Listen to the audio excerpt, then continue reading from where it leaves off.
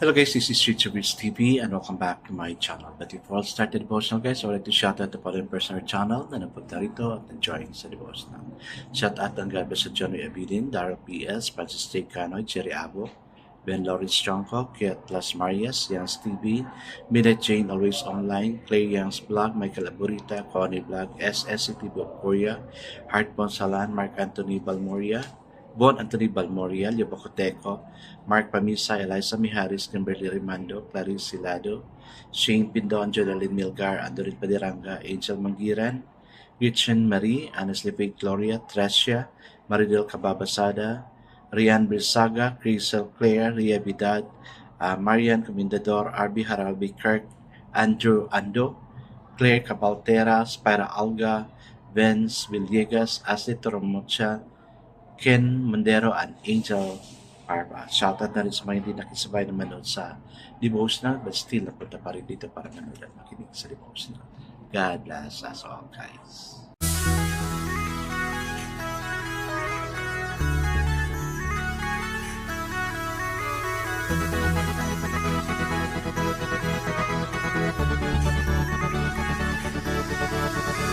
Rich TV, where you heard it, number one is on the top. Good advice is they'll never stop. Rich TV, where you heard it, number one is on the top. Good advice is they'll never stop. So guys, how did we spend our day yesterday being a holiday? Sana we enjoyed it of course. May estudyante na bakasyon, enjoy talaga yan. Kasi bakasyon na, no? Enjoy it with the family members kasi kailangan talaga natin mag-spend time together with our family members, especially na mainit ang panahon ngayon, no? Mainit pa yung politika. So, yan. Ang daming mainit kaya huwag mo rin initin yung ulo mo, no? Okay, so it's a Friday again. Bakasyon, rest bukas sa mga natatrabaho. Enjoy na natin yung time natin. I guess it's up to devotional. Let's open the Bible to Revelation chapter 2 verse 4 to 5. Continuation lang to guys, no? This is about to the church in Ephesus. And still guys, I'm using the devotion study Bible because the words used here simplified na maintindihan talaga natin. Okay, the word of the Lord in Revelation chapter 2 verse 4 to 5 says, "Yet I hold this against you. You have forsaken your first love. Remember the height from which you have fallen. Repent and do the things you did at first. If you do not repent, I will come to you and remove your lampstand and from its place." Kaya yun, napaka-dangerous na ano natin ngayon. We really need to repent. I guess let's not pray. Yes, God, many times we committed sin, Lord God, and we really need to repent, Lord God. Lord, para bang na-bandage na kami sa mga repetitive sin na ginagawa namin, Lord God. We confess and then doing it again, Lord. That's why I pray, Father God, to please lead us, Lord. Guide us. Pakawalan mo kami sa bandage na ito, Lord God. Teach us to really move na yung guilt feeling is mawawala sa amin, Lord God. Lord, nagkasala man kami, and thank you for the forgiveness. We stand in your word, Lord God. It is therefore no longer I that live, but Christ that lives. Sana, O God, ganun yung mangyari, O God. Teach us to be aware, O Lord God, and every time we commit sin, makahinga kami ng tawad sa iyo, Lord.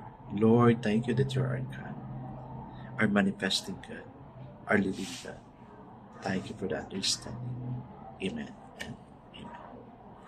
The focus verse we are producing, guys, is found in Revelation chapter 2 verse 4. It says, "Nevertheless, I have this against you, that you have left your first love."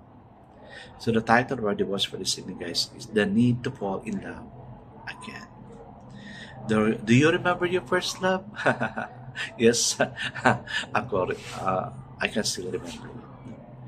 Okay. Do you remember the joy, the excitement, the thrill, the fulfillment, the sheer fun of being in love? Of course. Enjoy, di ba? Enjoy talaga.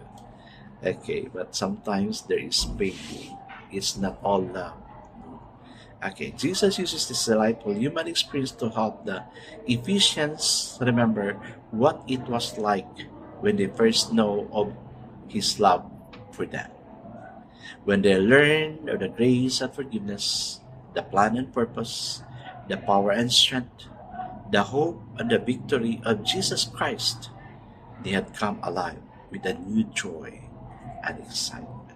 Sana ganito lagi yung buhay natin, di ba? But something had happened. They had become dutiful and job as the years had gone by. They had lost the wonders of knowing and loving Jesus. Now they were so busy living out the Christian life that they had lost their personal relationship with Him that makes the life of a Christian powerful and exciting. They had taken Christ for granted and had failed to have time with Him. They had worked for Him and not with Him. And now they were anxious and strained. Jesus asked them to remember and rediscover the joy of when He first loved them, and they responded. He wants the same for us today. Amen. Well, guys, no, lately I discovered myself being lukewarm. Kasi niluluwa ni Lord yung mga lukewarm. No? Hindi ka mainit, hindi ka naman malamig. Lukewarm ka lang talaga. And sa relationship natin kay Lord, dapat mainit tayo. We're always on the go to serve God. Yun yung gusto ni Lord. Kasi because of the cares we have for this world, sometimes we even forget na andyan si Lord. This morning, I asked God, sabi ko, Lord, ba't hindi ko pa na-receive yung pinipray ko? I always make you the priority of my life. Makagising lang ako na madaling araw, 2 o'clock, 1 o'clock, 3 o'clock. Pray na ako agad, no? Devotional na ako agad. Naakala ko, mga 5 o'clock or 4:30 na yun eh. At yun, hindi pala. Parang nakagawian ko na kasi na I have to meet God first before I rise up from bed. Sabi ko, Lord, teach me na hindi ako maging lukewarm sa iyo. But instead, laging mainit, laging on the go. Kaya guys, I really like the title, The Need to Fall in Love Again. Guys, madali lang sabihin na, I love you, Lord. May kanta niyan.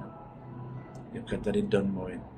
But deep inside, hindi natin napipil kung love ba talaga natin si Lord. Napakadaling sabihin. Pero mahirap gawin. Let's evaluate ourselves, guys.